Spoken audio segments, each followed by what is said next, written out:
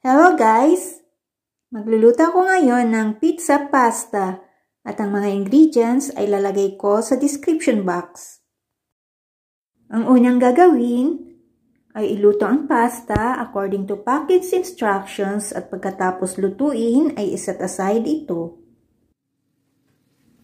Sa kaldero o kawali ay iluto ang ground beef hanggang ito ay matuyo at patuloy na lutuin hanggang ito ay nagmamantika. Pag nagmamantika na ito ay ilagay ang sibuyas.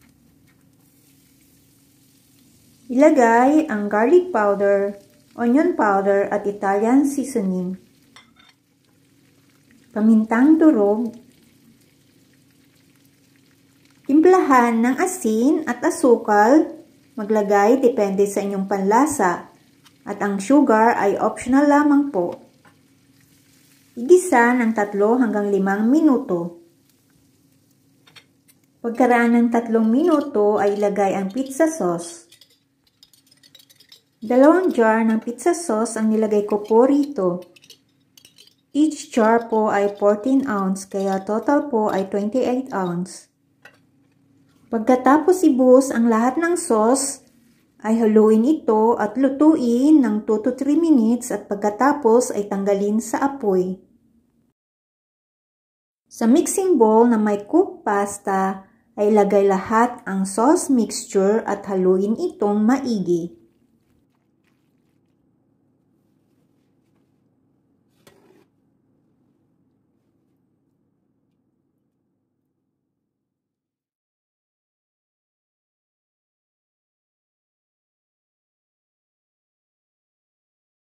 Pagkatapos haluin ay iset aside muna ito at pahira ng langis ang baking pan na gagamitin. Saka maglagay ng cooked pasta mixture sa baking pan. Maglagay lamang ng kalahati sa pan ng mixture. Pantayin ito saka ilagay ang mozzarella cheese. Pwede po kayong gumamit ng jack cheese o anumang keso na gusto nyong ilagay. Maglagay ulit ng cooked pasta mixture sa ibabaw ng cheese. Pantayin ulit ang ibabaw at maglagay ulit ng mozzarella cheese.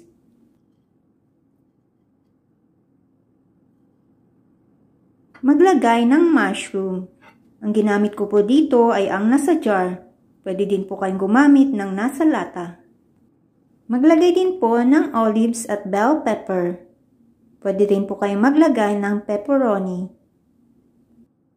Pagkatapos ilagay lahat ng toppings ay i-bake ito sa preheated oven ng 350 degrees Fahrenheit.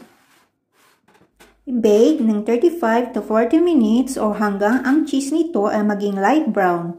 And after baking, tanggalin sa oven at pwede na itong iserve.